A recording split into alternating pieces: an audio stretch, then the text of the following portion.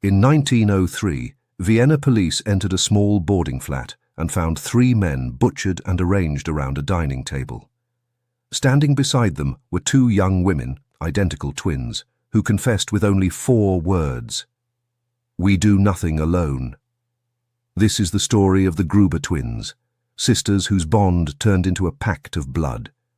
From their troubled beginnings to the murders that horrified a city, the secretive trial that vanished from the record, and the folklore that lingers more than a century later, tonight we uncover the chilling case authorities tried to bury. Before we begin, make sure to subscribe to the Macabre Record for more stories pulled from history's darkest corners, and in the comments, tell us where in the world you are listening from. When the officers first entered the boarding flat on Schmelzgasse, the air itself seemed to resist them. The stench was overpowering, the kind of sickly sweet odor that seeps into the skin and clings to the throat. One constable would later write that it was as if the walls themselves were breathing decay. The men pressed forward, their lanterns pushing through the gloom until the beam of light caught something that froze them all where they stood. In the center of the parlor sat a long wooden table, a poor man's imitation of a dining spread, and around it were 3 men. At first glance, the officers believed they had interrupted a late meal, but then their eyes adjusted. The men were dead, butchered with a precision that felt ritualistic rather than frenzied. Their bodies had been arranged with care, heads tilted forward as if in prayer, hands resting neatly on the table, their wounds almost hidden by their posture. Each man bore a different injury, one strangled, one stabbed, one poisoned, and yet they sat together in perfect unity, like unwilling guests at the same final supper. It was then that the officers noticed movement. At the far side of the room stood 2 young women. They were dressed alike, in plain black dresses that might have been mourning clothes, their hair pinned back with matching combs. They were twins, mirror images of one another, standing so still that for a moment the officers thought they were wax figures. When addressed, they did not cry, did not plead, did not even flinch at the sight of armed men entering their home. Instead, they turned their faces toward the intruders with a quiet serenity that was almost worse than panic. When demanded to explain what had happened, both women answered at once, their voices flat, measured, and eerily synchronized. The words they chose would echo in every man's memory long after the crime scene had been cleared. "We do nothing alone," they said. No explanation, no justification. Only that. The officers were left shaken. These were not frantic killers caught in the act, nor hysterical women cornered by circumstance. They were calm, collected, united, and utterly unreadable. And in that chilling calmness, as lantern light danced across the blood-stained table, the police realized this was not simply a case of murder. This was something stranger, something the city had never seen before. At the station, the atmosphere was no less unnerving than in the flat. The sisters sat side by side at the long wooden bench in the holding room, their hands folded neatly in their laps, as though they were attending church rather than awaiting charges of multiple murders. The constables who escorted them swore that neither had struggled during the arrest. In fact, the women had moved together, step for step, as if rehearsed, as if each knew exactly how the other would turn, when to pause, when to breathe. It was not the behavior of panicked criminals, it was something else entirely. The first attempts at questioning were met with silence. When one of the officers addressed Anna directly, Elise answered. When another tried to press Elise, Anna interrupted. They spoke interchangeably, but always in agreement, never contradicting, never showing hesitation. One inspector described it as 2 mouths attached to the same mind. Even their pauses matched. If one fell quiet mid-sentence, the other picked it up flawlessly, without missing a beat. What disturbed the men most was the lack of emotion. No tears, no pleas of innocence, no bursts of anger at being accused. The twins sat with a composure that felt unnatural under the circumstances. And yet, when one officer finally shouted at them in frustration, demanding why they had done it, both sisters leaned forward at the same moment, their voices overlapping in a perfect, chilling unison. "We do nothing alone." It was the only phrase they seemed willing to repeat without prompting, and the more it was spoken, the heavier it hung in the room. The officers were unsettled, not only by the words, but by the way the sisters moved. When one shifted in her seat, the other mirrored it within seconds. When Elise rubbed her temple, Anna soon did the same. It was not mimicry in the way children sometimes copy one another. It was instinctive, unconscious, and too precise to dismiss as coincidence. Even in the small gestures of their hands and the flicker of their eyes, they appeared tethered. For the men in uniform, hardened by years of routine violence and petty crime, this was something new. They had arrested thieves, drunkards, swindlers, and killers. But never before had they encountered suspects who seemed to blur the line between two individuals and one being. And as night fell and the sisters remained unshaken, the police began to whisper among themselves that perhaps the murders had been less about the victims at the table and more about proving the truth of the phrase the women repeated like a creed: they did nothing, not even kill, alone. Vienna in 1903 was a city of contradictions. By day, its grand avenues displayed the wealth of empire: ornate facades, horse-drawn carriages, cafes filled with intellectuals debating politics and art. By night, the city darkened into a patchwork of narrow alleys, smoke-stained taverns, and boarding houses like the one where the Gruber sisters had lived. It was a city where aristocrats dined under chandeliers, while factory workers coughed in crowded tenements where the polished mask of progress barely concealed the struggles of those who had fallen behind. It was also a city obsessed with crime. The newspapers thrived on lurid stories of robberies, scandals, and murders. Even the ordinary citizen devoured these tales with a mix of horror and fascination. For in a city growing faster than its morals could keep pace, crime felt both inevitable and oddly captivating. The public imagination had already been stirred by infamous killers in Paris and London. Vienna was eager, in its own morbid way, for a story to match. At the same time, science and psychology were beginning to filter into everyday conversation. Sigmund Freud himself lived and worked in Vienna, writing about the hidden drives and unseen connections between minds. People whispered about hypnosis, hysteria, and cases of shared madness.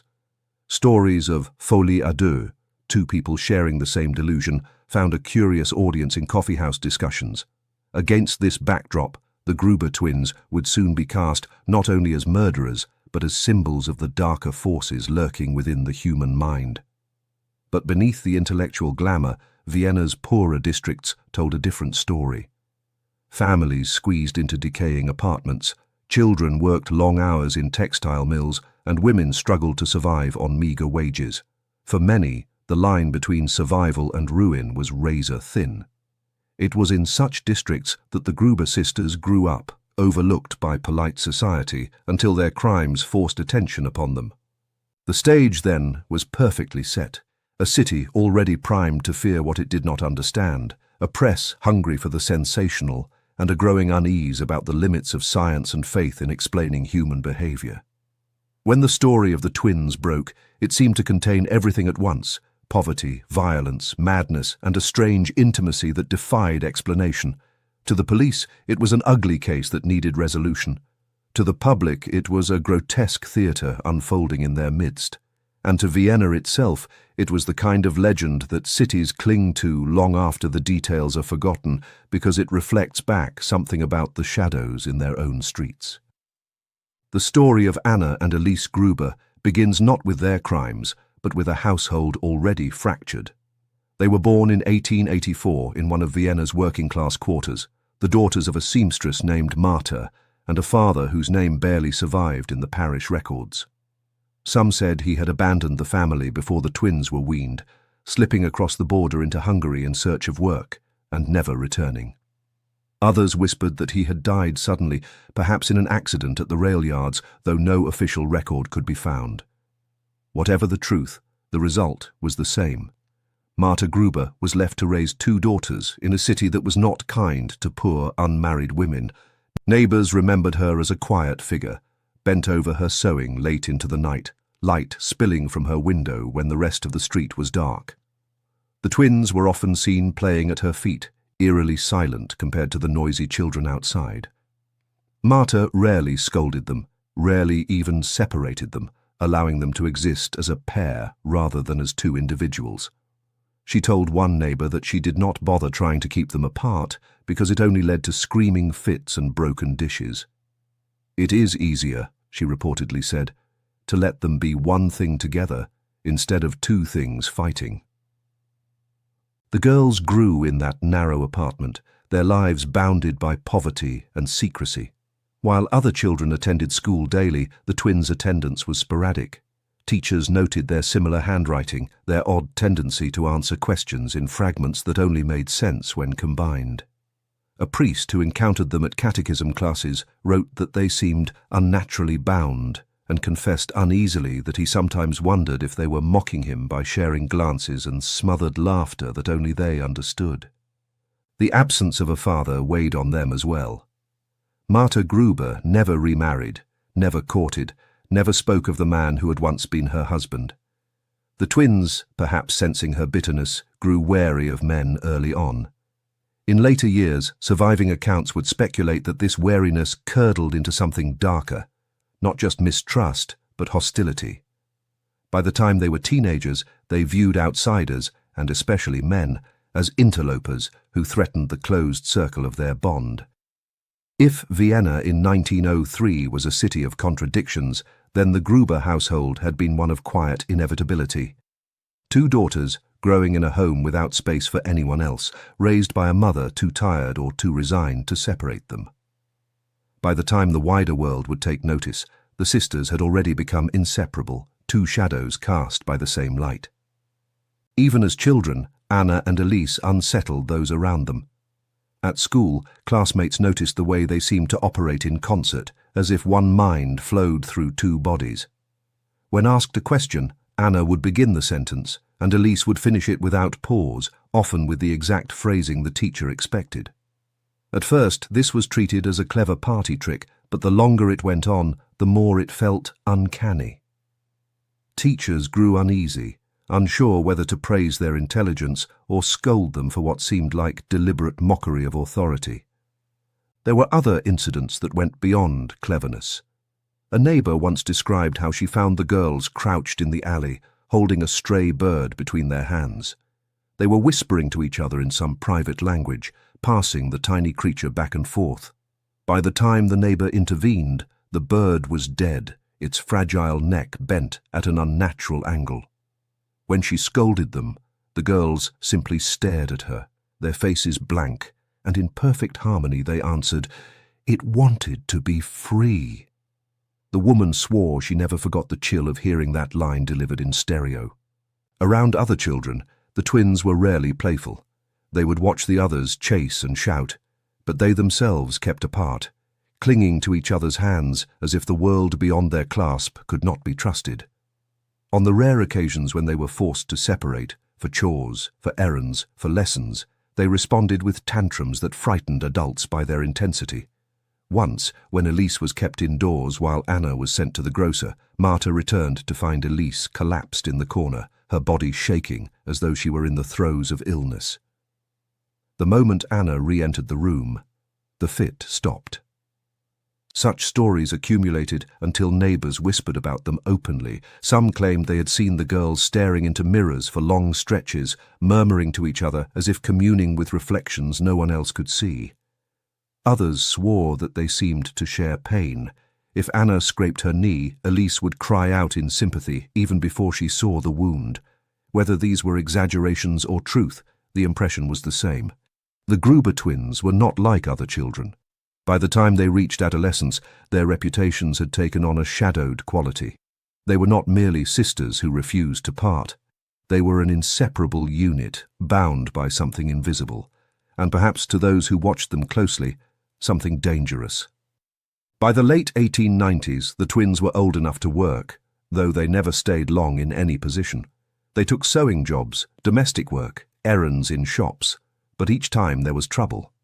Some employers complained of their strange silence, their way of speaking only to each other while ignoring others. Others noted their refusal to be separated during shifts. Eventually, they found themselves at a small textile workshop, where they were taken on by a young proprietor eager for cheap labor. His name would later appear in the police blotters, though only as a footnote, a life cut short under ambiguous circumstances. In the autumn of 1899, the man was discovered dead in his bed, a thin line of blood at his throat. The official report ruled it a suicide. The blade was found beside him, and the coroner noted no signs of struggle. Yet rumors began to ripple through the district almost immediately. Some whispered that he had quarreled with the Gruber sisters shortly before his death.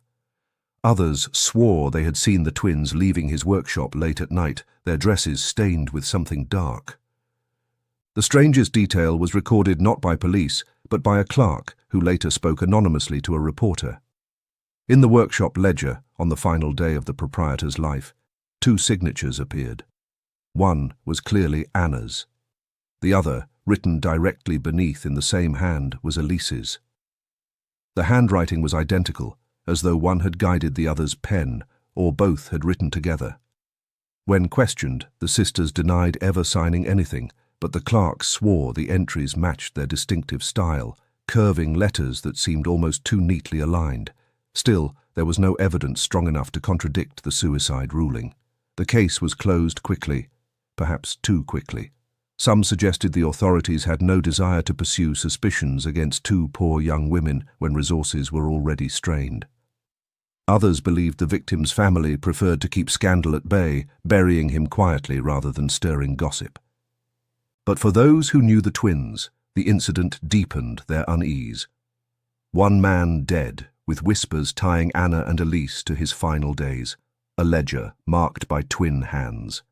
And in the silence that followed, neighbors began to wonder if this had been an accident, a tragedy, or the first sign of something far more deliberate.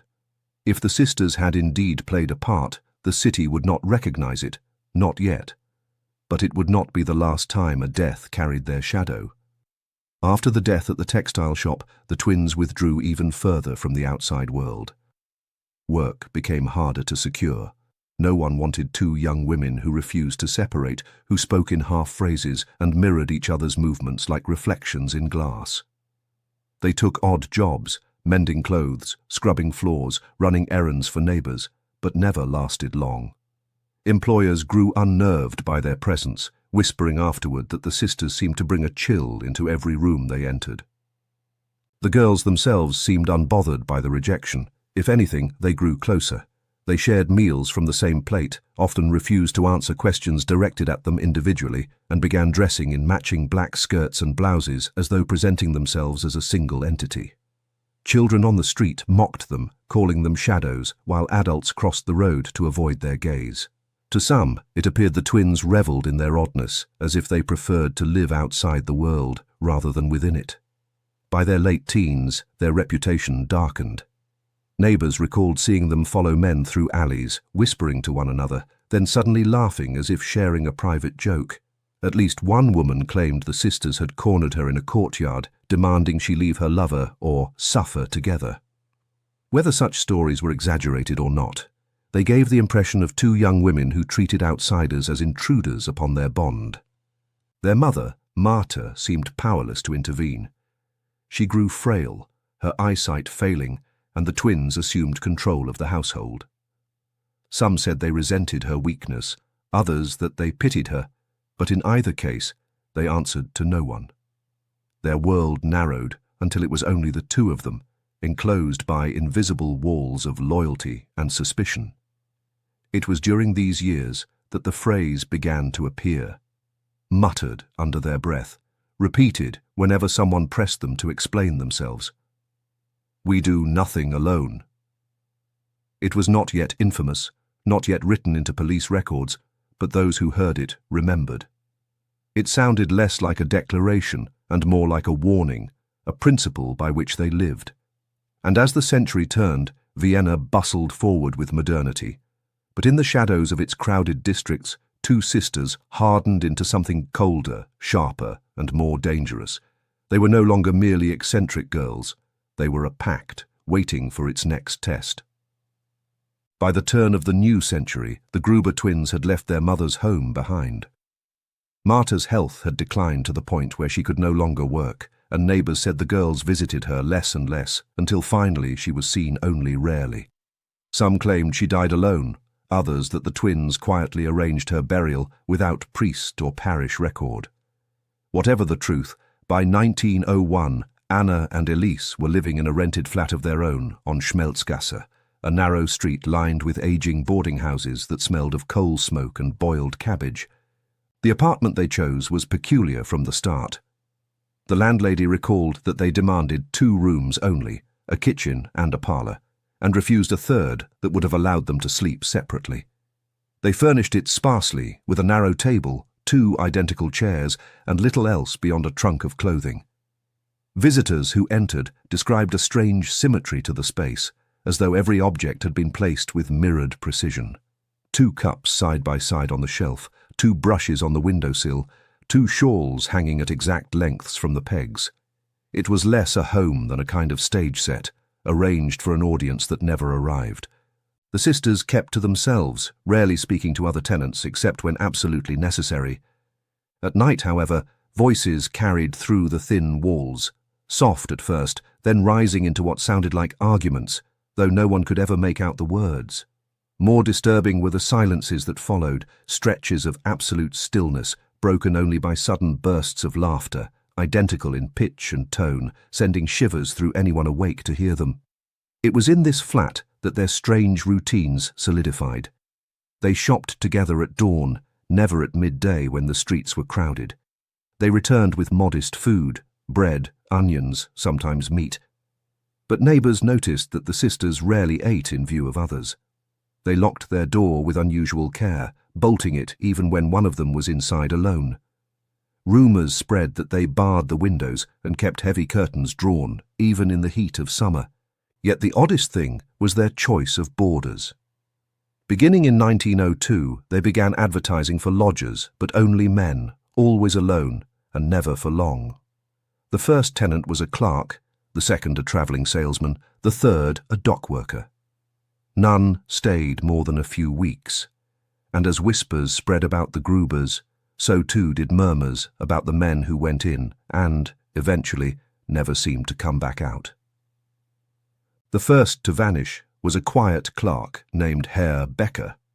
He had answered the twins' notice in the spring of 1902, looking for cheap lodging close to his work. To those who knew him, Becker was a man of simple habits. He rose early, walked to the offices where he tallied accounts, returned with a loaf of bread under his arm, and retired early with little more than a book for company. When he rented the narrow room off the Gruber's parlour, neighbours assumed he would be safe in the company of 2 respectable women. In fact, some even said he looked relieved to be under their roof, away from the rougher boarding houses nearby. At first, there was nothing unusual. Becker came and went quietly, nodded to other tenants, and kept to himself. But within a fortnight, things began to shift. One neighbour claimed she heard arguing through the thin walls, 2 women's voices raised in unison against a single male reply. Another tenant swore he saw Becker leave for work one morning with his collar undone, his eyes bloodshot, as though he had not slept. He never returned that evening.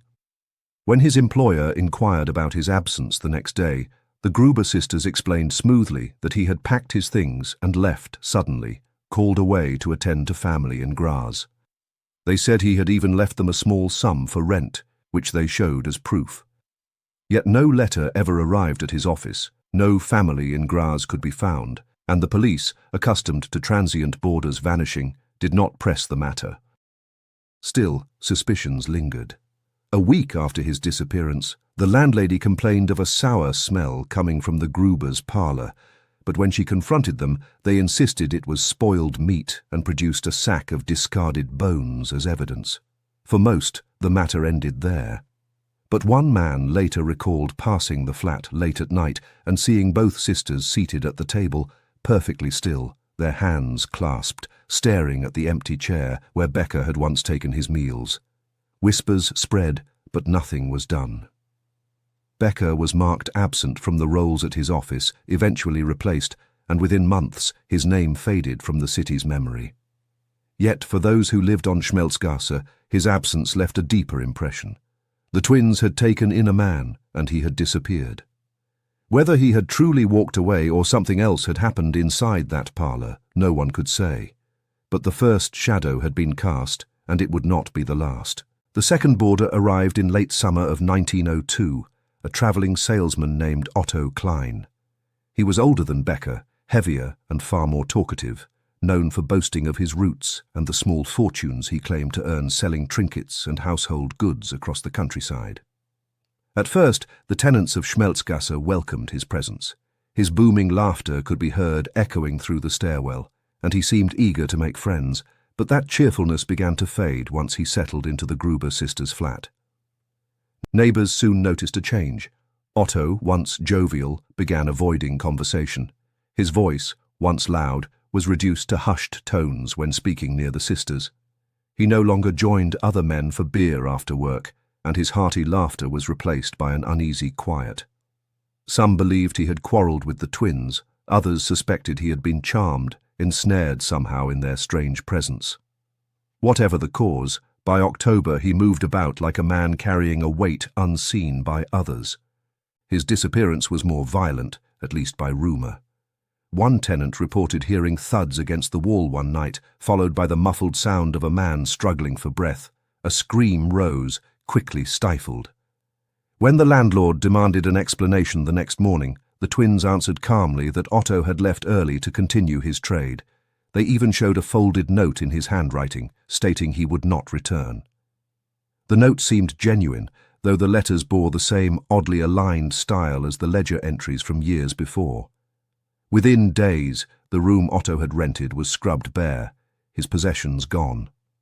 The sisters told anyone who asked that he had collected them himself, though no one remembered seeing him leave with luggage. And yet, there was again the matter of smell. One tenant complained of a sour, metallic odour drifting into the stairwell. The sisters dismissed it, claiming they had been boiling meat for stew. The landlord, weary of conflict, accepted the excuse. Like Becker before him, Otto Klein faded from record. No police inquiry was pursued, no body discovered. But among the neighbours, fear began to grow. One man might vanish by chance. Two was a pattern. And with each disappearance, the Gruber sisters seemed only more composed, their faces unreadable, their movements perfectly synchronized, as if what unsettled the rest of the street left them undisturbed. The third boarder arrived at the turn of the new year, 1903. His name was Emil Dorn, a dockworker from the Danube harbour, broad-shouldered and hardened by labour. Unlike Becker or Otto, Emil was not the kind of man easily intimidated. He carried himself with confidence, even arrogance, and though he paid little mind to gossip about the Gruber sisters, he laughed when warned that their flat was unlucky.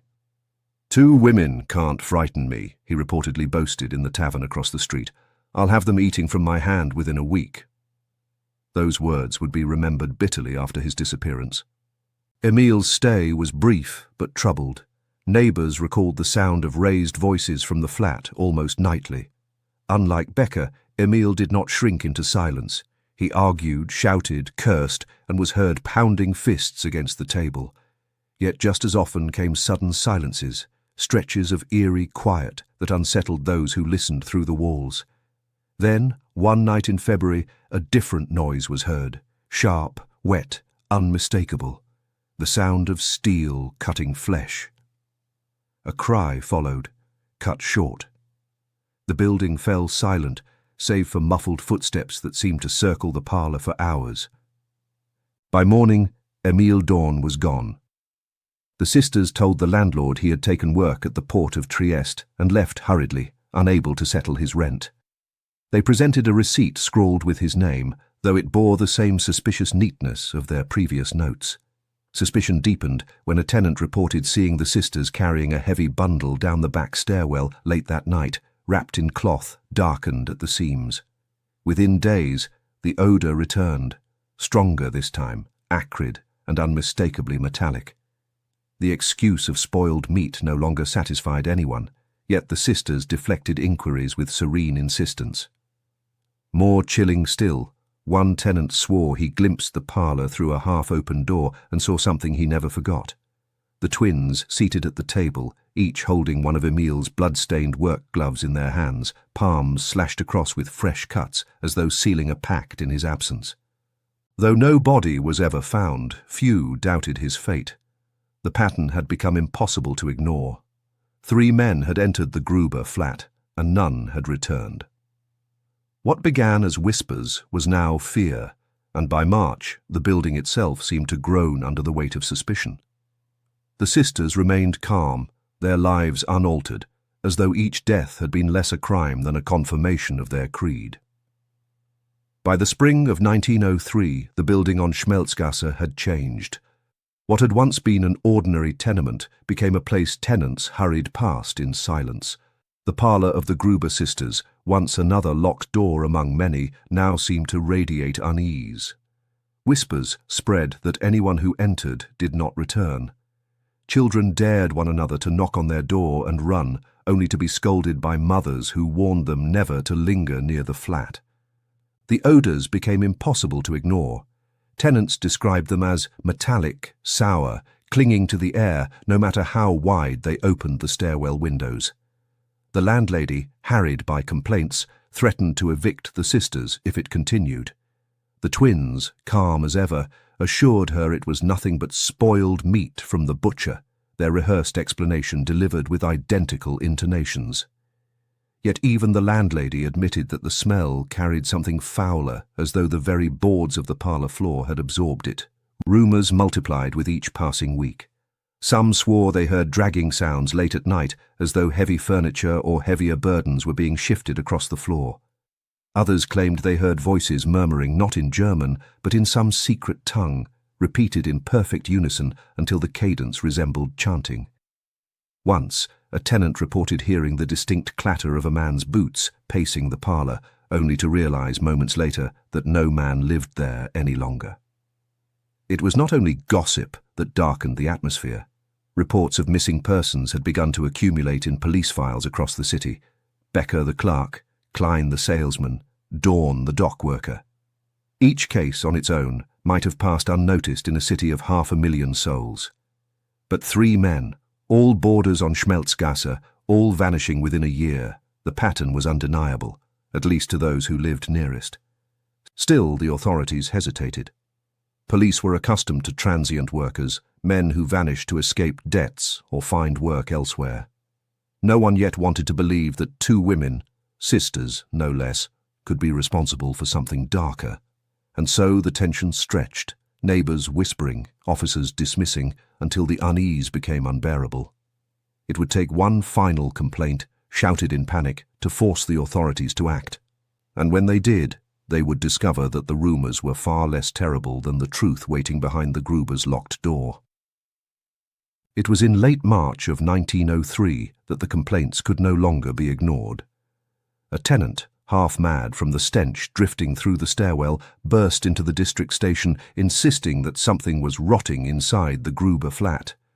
His voice was shrill, his words frantic, and though the desk sergeant at first dismissed him, the tenant's desperation stirred unease among the officers present. At last, a small squad was dispatched, lanterns and revolvers in hand, to investigate what many hoped would be nothing more than a neglected carcass left too long unrefrigerated. The building was hushed when they arrived. Neighbours peeked through half-open doors, whispering as the constables climbed the stairwell. At the sisters' door, they knocked. Silence. They knocked again, harder. Still nothing. When the sergeant ordered the lock forced, the landlord hesitated, muttering about property damage, but the smell rolling from beneath the threshold silenced him. The door splintered under the butt of a rifle. Inside, the air was thick, suffocating, clinging to the throat. The lantern beams swept across bare walls and sparse furnishings until they caught the table at the centre of the parlour. What they saw there silenced even the bravest among them. 3 men sat around the table. Their bodies were rigid, their faces slack, their clothes stained with blood. Each bore a different wound, one strangled with a rope still knotted around his neck, one stabbed cleanly in the chest, one poisoned, a chalice tipped beside him. Yet they were posed as though attending supper, hands folded on the wood, heads bowed as if in prayer. The care with which they had been arranged made the scene all the more grotesque, as though death had been rehearsed and presented for an audience. And then came the movement. At the far end of the room, two figures stood side by side. The Gruber sisters, dressed in identical black gowns, their faces pale but calm, their posture unshaken. They did not flee, did not cry out, did not protest. When the officers levelled their revolvers, the twins simply looked at one another, then back to the intruders, their voices rising together as one. "We do nothing alone," they said, the phrase carrying through the room like a ritual chant. The sergeant gave the order to seize them, though his men moved slowly, almost reluctantly, as though approaching something otherworldly. What they carried out of that flat was not merely two women accused of murder. It was a mystery that would haunt Vienna long after the parlour had been scrubbed clean. The arrest itself was unlike anything the officers had experienced. Most criminals, when confronted with overwhelming evidence, reacted with panic, anger, or desperate denials. The Gruber sisters did none of these things. They allowed themselves to be bound without resistance, their wrists tied with rope, their steps measured and synchronized as they were led from the parlour. One constable later remarked that he felt less like he was escorting prisoners than participants in some strange procession. The twins kept their eyes forward, their faces pale masks betraying neither fear nor shame. At the station, their composure did not falter. When their bonds were cut, they sat side by side on the bench, straight-backed, their hands resting neatly in their laps. The sergeant, hardened by decades of policing Vienna's rougher quarters, attempted to rattle them with threats of the gallows. They did not flinch. Instead, Anna turned to Elise, murmured something inaudible, and both sisters smiled faintly, the only expression they showed that night. The first interrogation was brief. "Why were the men in your flat?" the inspector asked. Both answered together, their voices eerily aligned. "They lived with us." He pressed further. "How did they die?" Again the twins spoke in unison. "We do nothing alone." The repetition unsettled the officers. They tried dividing the sisters, moving Elise into another chamber while Anna remained in the holding room. The effect was immediate. Anna's calm cracked. She shivered, muttering fragments of words, her eyes darting wildly as though she could sense her sister's absence through the walls. Elise fared no better, collapsing to the floor in a fit that resembled seizure. The experiment lasted only minutes before the officers, unnerved, reunited them. The moment they sat together again, their composure returned. When asked for a confession, the sisters offered none beyond their refrain. Yet their silence was more damning than denial. Officers who had seen hardened thieves beg for mercy admitted privately that the twins' calm was worse than any outburst. It was the certainty of their bond, the serenity with which they acknowledged the bodies in their flat, that haunted those present. By the time dawn broke over Vienna, word had already begun to spread. Neighbours who had watched the procession from Schmelzgasse whispered the phrase they overheard, repeating it with growing unease. "We do nothing alone."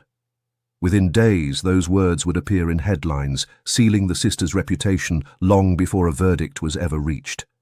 News of the arrest spread faster than the police could contain it. By the second morning, pamphlets and dailies across Vienna carried the headline, "Murder in Schmelzgasse, Twin Sisters Arrested." The press, hungry for sensation, wasted no time in shaping the story into something that hovered between fact and legend. Details were embellished, rumours printed as truth. Some papers claimed the bodies had been dismembered, others that the sisters had been found covered in blood, chanting strange hymns when the police burst in. The phrase, "We do nothing alone," appeared everywhere, repeated so often that it lost its origin and became a kind of grotesque motto for the city's fascination. The public was divided between horror and morbid fascination. Crowds gathered outside the station in hopes of catching a glimpse of the women as they were transported under guard. Vendors sold sketches of their likenesses, crude charcoal portraits showing two identical faces framed in black veils. One caricature, circulated in a satirical paper, showed the sisters seated at a table with Death himself, all three drinking from the same cup.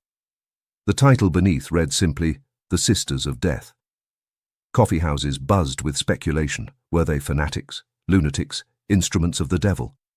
Students of psychology spoke of folie à deux, a shared madness in which one mind infects another until both live within the same delusion. Priests warned their congregations that evil often came in pairs, drawing comparisons to Cain and Abel twisted into a single tale. The more the authorities attempted to restrain details, the more the public imagination filled the gaps. The fascination was not confined to Vienna. Newspapers in Berlin, Paris, and even London picked up the story, each adding their own lurid flourishes. In London's penny press, the Grubers were dubbed the Austrian Banshees. A Parisian broadsheet called them Les Épouses de la Mort, the Brides of Death. The tale had slipped from local crime into international curiosity. For the police, the attention was disastrous. Their precinct was besieged by reporters, their statements twisted into sensational copy.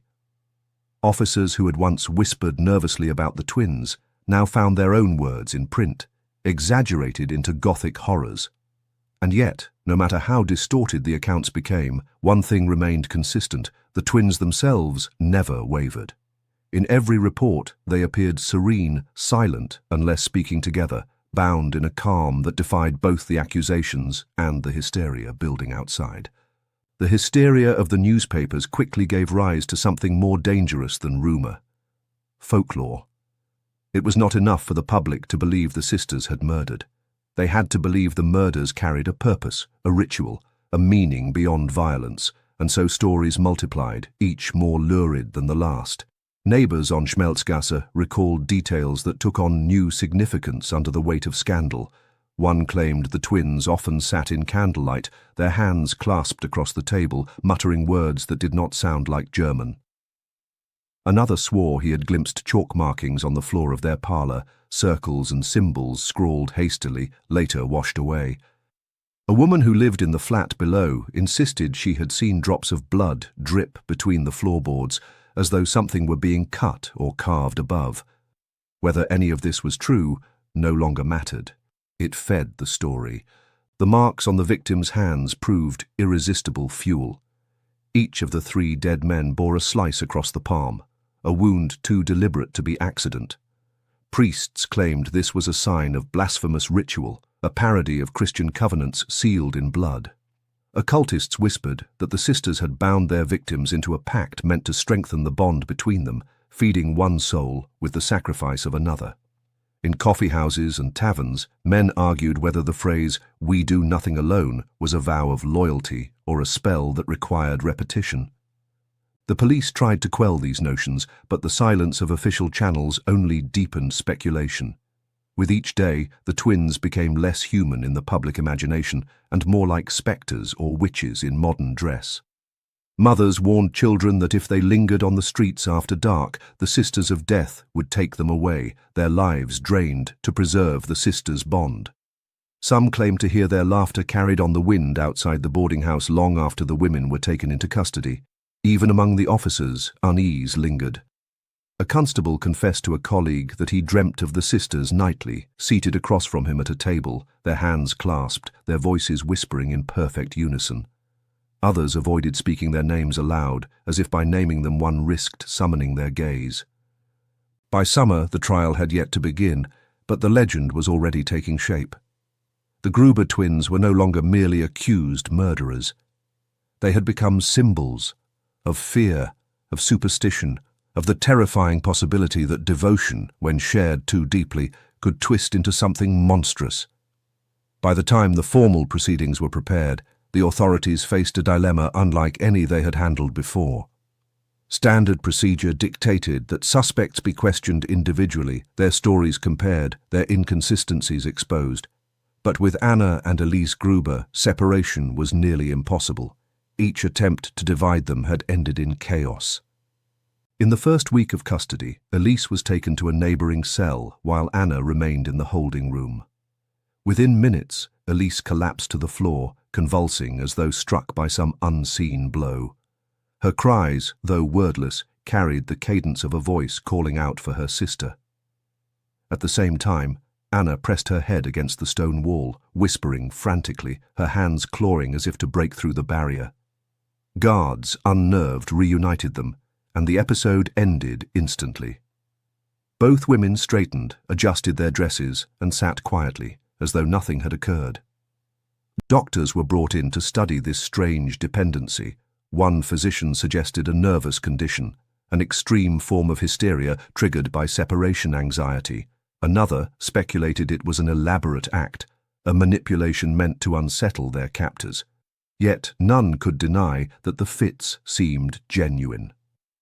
When kept together, the sisters were calm, collected, even eerily composed. When pulled apart, they unraveled within minutes, as though they were two halves of a single organism. The court officials debated what to do. Some argued that they should be forced apart, broken down individually, no matter the cost. Others feared that such treatment might kill them outright, robbing the trial of its central figures. In the end, the decision was made to keep them side by side, though this defied every principle of interrogation. The Gruber twins remained together, whispering in low tones, answering questions only in tandem, as inseparable in custody as they had been in life outside. These difficulties delayed the trial for months, adding to public frustration and fascination alike. Newspapers speculated that the authorities were hiding the truth, that the sisters were not ordinary women at all, but some darker phenomenon the state feared to confront openly. Each delay only deepened the sense of dread surrounding the case. And for the officials charged with preparing the trial, the most unsettling realization was not that they were dealing with murderers, but that they were confronting something that obeyed no precedent, no rulebook, and no strategy they had ever known. When the trial finally commenced in the autumn of 1903, it was unlike any proceeding Vienna had seen. The public, ravenous for spectacle, expected to pack the courtroom and watch the infamous Sisters of Death face justice. Instead, they were met with locked doors and curt announcements. The trial would be conducted in secrecy. Officials claimed the decision was made to preserve decency and to protect the families of the deceased. Yet many suspected the real reason was simpler. The authorities feared losing control of a case that had already spiraled into legend. Those allowed inside, judges, lawyers, a handful of clerks, left records that remained fragmentary but chilling. The sisters were brought into the chamber side by side, shackled at the wrists, yet standing with poise. Observers noted that they did not look at the judges or the lawyers, but only at each other, as though drawing strength from the reflection they found in one another's eyes. The prosecution laid out its case with difficulty. There were no bodies, only the testimony of police officers who had seen the remains at the flat before they were quickly removed to undisclosed locations. The absence of physical evidence weakened the charges, but the prosecution relied on the damning circumstances: 3 missing men, a stench of decay, forged notes, and the twins' eerie composure when confronted. The defense argued that the women were victims of hysteria and gossip, painted as monsters by a press hungry for sensation. Their lawyer even suggested that the phrase, "we do nothing alone," was nothing more than a private joke, twisted into menace by overactive imaginations. But the proceedings themselves undermined this defense. When questioned, the twins rarely answered individually. They spoke in tandem, their words overlapping so perfectly that clerks struggled to record them. When asked directly if they had killed, their reply chilled the room. "If one of us did, then both did." Such answers left the judges unsettled, unable to decide whether they were listening to confessions or riddles. Witnesses later wrote that the atmosphere of the trial was oppressive, as if the air itself grew heavier when the sisters spoke. The presiding judge, visibly shaken, called for recesses more often than usual, retreating to chambers pale and sweating. By the end of the first week, murmurs circulated that the trial had taken on the character of a séance rather than a legal proceeding. And then, abruptly, it was over. The public expected weeks of testimony, but the case was sealed in days. The verdict, when announced, was vague. Some claimed the sisters were sentenced to life. Others swore they were declared insane and committed to an asylum. A few whispered that they were executed in secret. No official record survives to confirm any of it. What lingered instead was silence. the kind that hides more than it reveals. For weeks, the public had been fed every lurid detail the newspapers could invent about the Sisters of Death. And then, without warning, the story ended. One morning, the broadsheets that had once screamed headlines of blood and ritual carried nothing at all. No sketches of the twins, no fevered speculation, no mention of the trial. It was as if the Grubers had been erased overnight. Readers were left confused, writing letters to editors that went unanswered. Tavern conversations sputtered as those who had argued endlessly about the twins now found themselves speaking into silence. The blackout was no accident. City officials, weary of the hysteria and fearful of Vienna's reputation abroad, issued quiet orders. No further publication of the trial, no mention of verdicts, no repetition of the sisters' words. Clerks who once leaked testimony were threatened with dismissal. Editors who dared to inquire were summoned by police and warned of penalties for undermining the state's authority. The silence was total, deliberate, and absolute. The absence of coverage only deepened the mystery. People began to ask why. If the sisters had been convicted, why not report the victory of justice? If they had been acquitted, why not reassure a frightened city? The lack of explanation left a void into which rumor poured unchecked. Some whispered that the government had struck a deal with the twins, releasing them under false names to vanish into another district. Others believed the church had intervened, declaring them possessed and demanding their quiet removal to a cloister or asylum. Even the police, who had stood in that parlor and seen the bodies with their own eyes, refused to discuss the matter. Officers who once muttered about their unease now pressed their lips shut when asked. A few retired men would later confess that they were told to forget what they had seen, not just in the official record, but in memory itself. They wanted the city cleansed, one constable said years later, as if silence could erase blood. But silence did not erase. It only transformed. Without newsprint to confine it, the story slipped into the streets, carried by whispers and half-remembered details.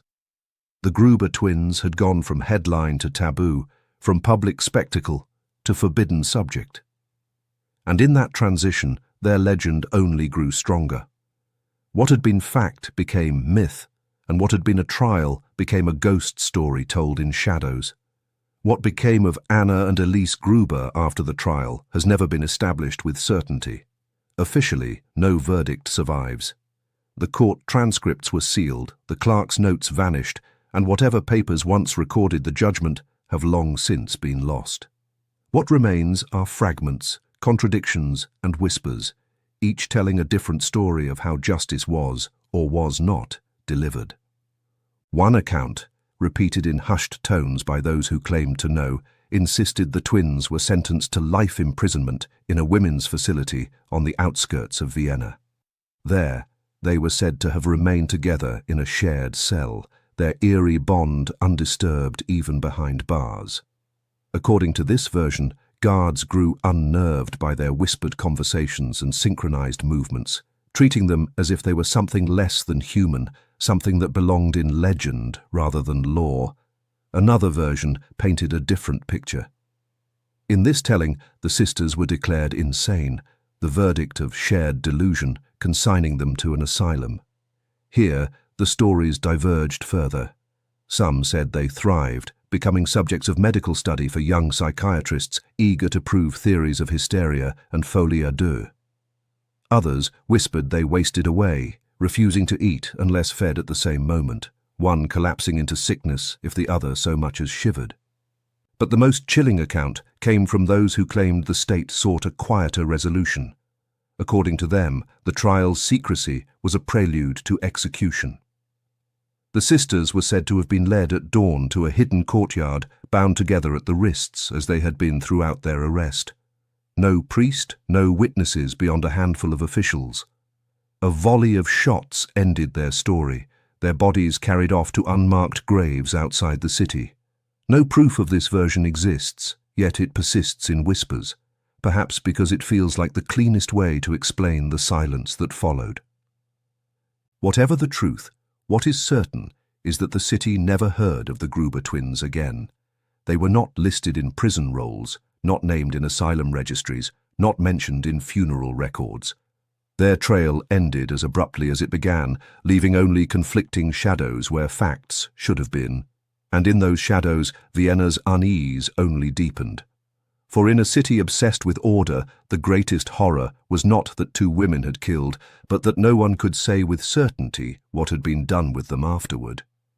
In the months that followed the trial, Vienna seemed outwardly to return to its rhythms, the clatter of carriages, the chatter of cafes, the hum of factories along the Danube. Yet, beneath the surface, something had shifted. The case of the Gruber twins had left a stain on the city's imagination, and even though the authorities had forced silence in the papers, the whispers on the streets could not be stilled. Paranoia took root first in households. Mothers began to hush their children when they played games in pairs, warning them not to spend too much time like the sisters. A superstition grew that twins carried hidden dangers, that one could not be trusted without the other. Families who had twins found themselves the subject of wary glances, neighbors muttering that nature itself had given them a curse. Some parents quietly separated their twins in schooling, terrified that too close a bond might mirror what the Grubers had become. In taverns and markets, men argued late into the night about what had really happened. Some claimed the sisters had escaped justice, bribed out of prison and allowed to vanish into another district under new names. Others swore they had been executed, their bodies buried outside consecrated ground, their souls wandering the city still. The uncertainty was worse than any verdict, for it allowed every fear to take root. Even language bore the mark of the case. To call someone a Gruber became slang for those thought dangerously inseparable, couples or siblings who lived only for each other. Teachers scolded students who mimicked one another too closely, hissing the word under their breath as though invoking a curse. What had been two women in a shabby flat on Schmelzgasse became a symbol of excess intimacy, of devotion turned inward until it festered into horror. And then there was the house itself. After the arrests, it stood empty, the windows shuttered, the parlour stripped bare. Yet tenants swore they still smelled the metallic tang of blood drifting through the halls. Some said they heard footsteps pacing behind the bolted door, twin sets moving in perfect rhythm. No one wished to live there, and before long the flat was abandoned altogether, left to dust and silence. Vienna had tried to bury the memory of Anna and Elise Gruber, but in doing so had only fed it. The city could not erase them. Instead, it absorbed them, weaving them into folklore, superstition, and the quiet unease that spread whenever two voices spoke at once in perfect harmony. As years passed, those who sought to revisit the case of Anna and Elise Gruber found themselves confronting an absence more disturbing than any grisly detail. It was not simply that the sisters had vanished. It was that the records of their existence had been quietly erased.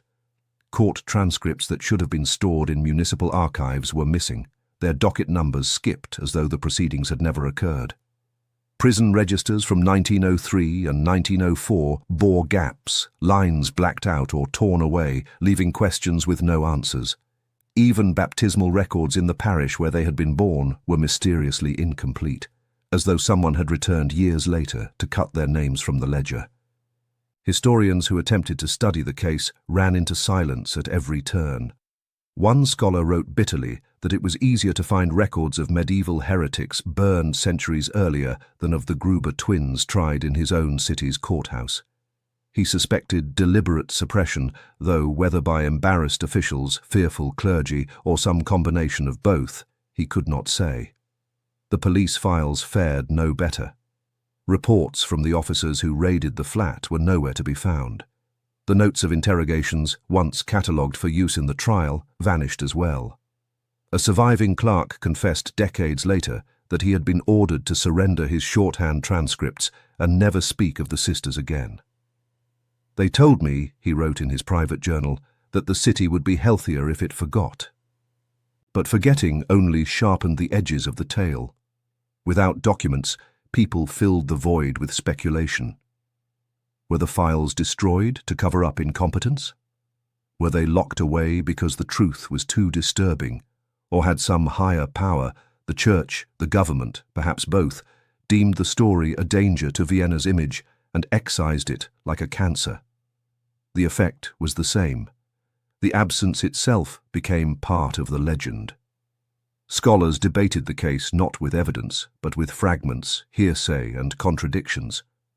The sisters were transformed into ghosts, haunting the margins of history, visible only through what had been removed. In this way, the silence of the archives became as chilling as the crimes themselves. It was no longer only the victims who had vanished, but the twins' very presence in official memory. What remained was a void, a deliberate forgetting, which only ensured that the Gruber name would echo longer in whispers than in ink. Though the official trail of Anna and Elise Gruber ended in silence, the streets of Europe were never quite convinced. In the years after the trial, whispers surfaced of women seen abroad who matched their likeness, tall, dark-haired, always dressed alike, moving with the same uncanny synchronization that had haunted Vienna.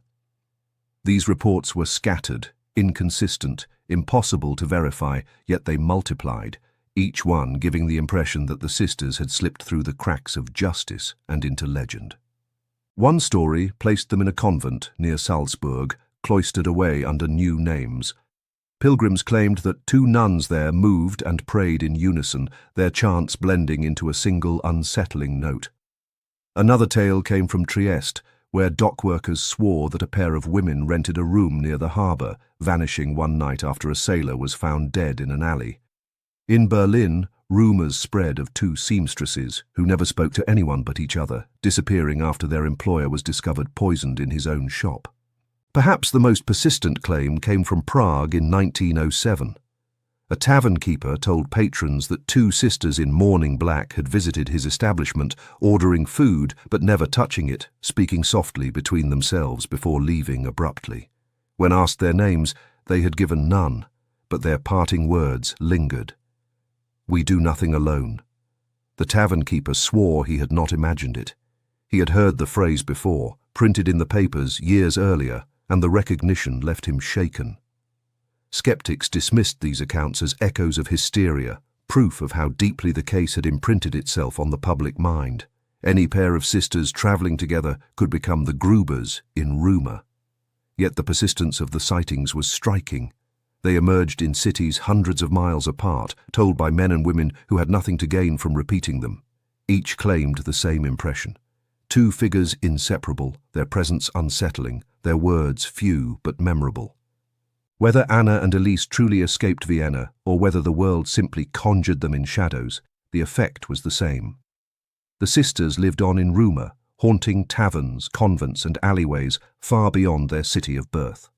Officially erased, they survived unofficially, multiplying through the very thing the authorities had hoped to prevent, a story that would not die, carried on the lips of those who swore they had seen them, if only for a moment, moving together through the fog. As the years passed, the tale of the Gruber twins slipped further from fact and deeper into folklore.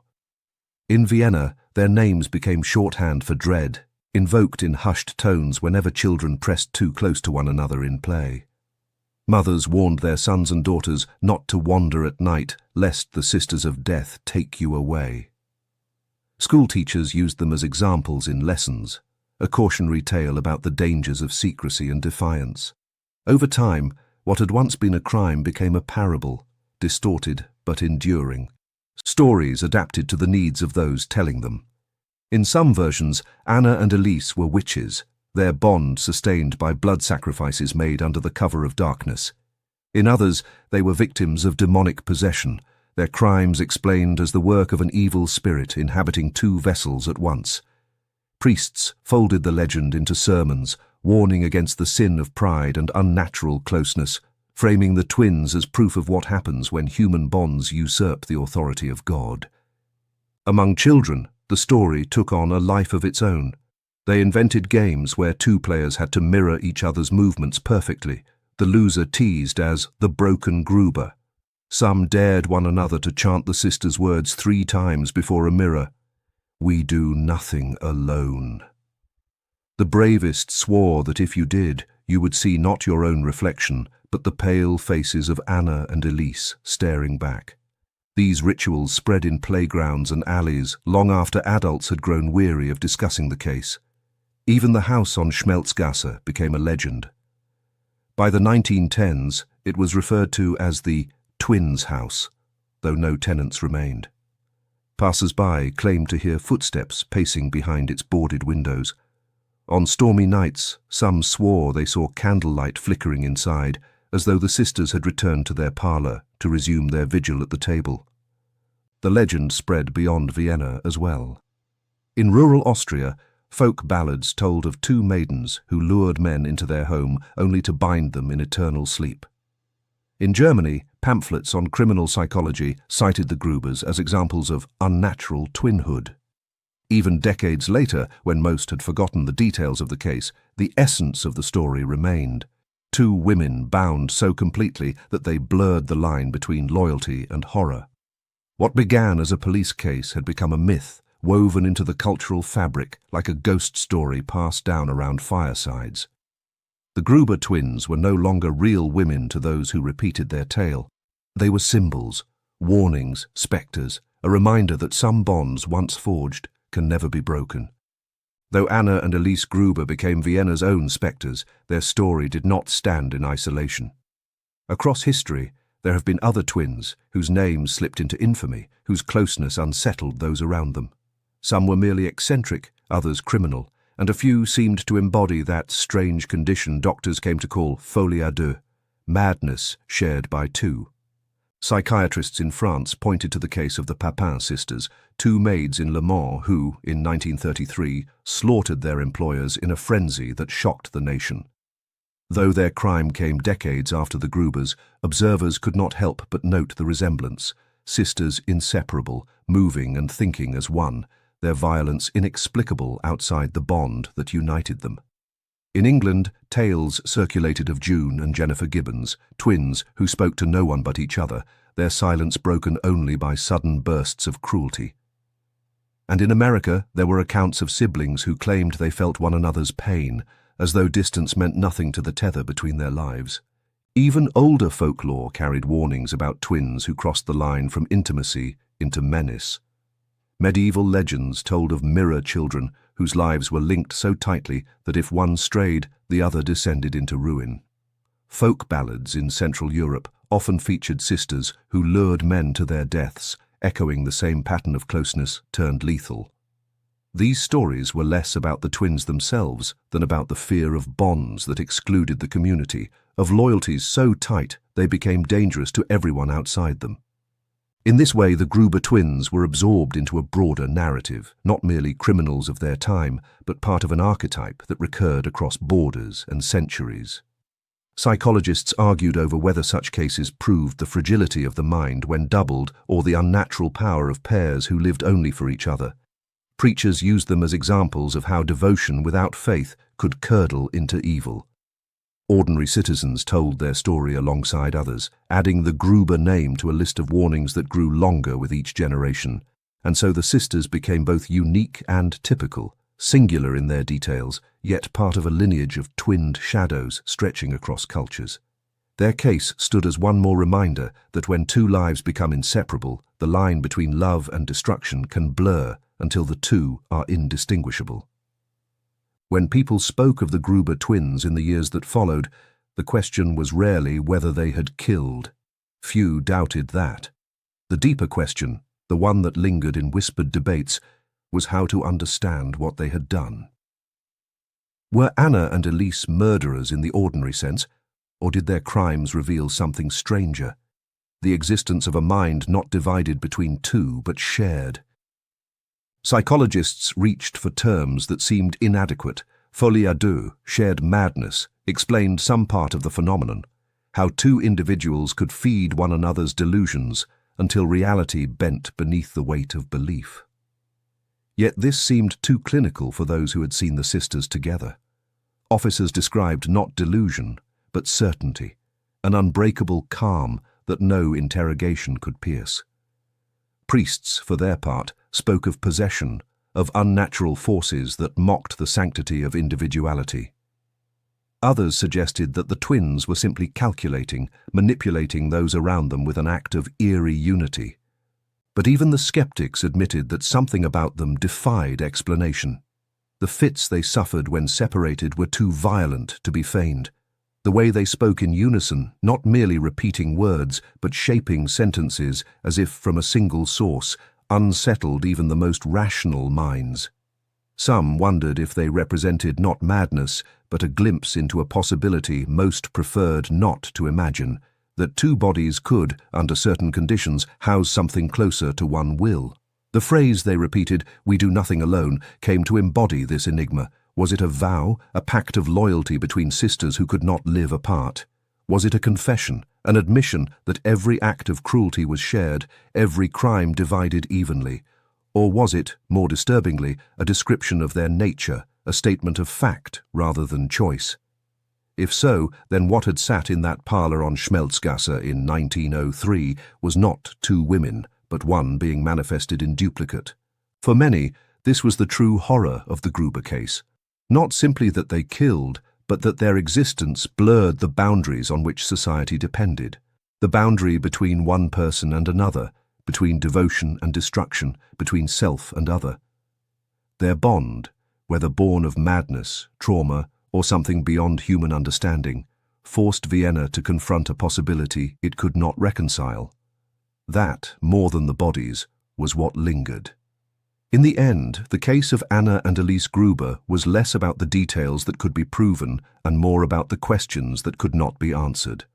Were they born with some uncanny tether, or did their shared hardships shape them into a single will split between two bodies? Did they kill out of malice, ritual, or necessity only they could understand? The silence of the archives, the contradictions of witnesses, the vanishing of official records, all of it ensured that what remains is not certainty, but myth. And perhaps that is why their story endures. Vienna tried to erase them, but in doing so only gave them new life in whispers and folklore. To this day, their phrase survives like an echo from that parlour on Schmelzgasse. We do nothing alone, a vow, a warning, a truth. It is the thread that binds their legend together, the line that transforms two women from obscure criminals into symbols of something more primal, the terror of bonds so absolute that they dissolve individuality itself. Some say the greatest horror lies not in death, but in the collapse of the boundaries that define us. The Gruber twins embodied that collapse. They showed a city what it looked like when two lives became so entwined that murder itself became a shared act, indistinguishable between one and the other. And in that collapse, Vienna saw its own fear reflected, the fear that devotion, left unchecked, can become destruction, and that love, in its most extreme form, can mirror evil. The house on Schmelzgasse is long gone, its bricks scattered, its windows dark. But the story of what unfolded within its parlour refuses to rest. The sisters remain there in memory, seated side by side at a table no one dares approach, repeating their vow in voices that never quite fade. History may never reveal their true fate, but perhaps it is better this way. For some mysteries haunt more deeply when they remain unanswered, their silence louder than any confession could ever be. If you've stayed with this tale to the end, you already know how shadows linger in history. Subscribe to the Macabre Record for more journeys into the stories the world tried to bury, and in the comments, tell us where you're listening from. It's always haunting to see how far these echoes of the past can travel.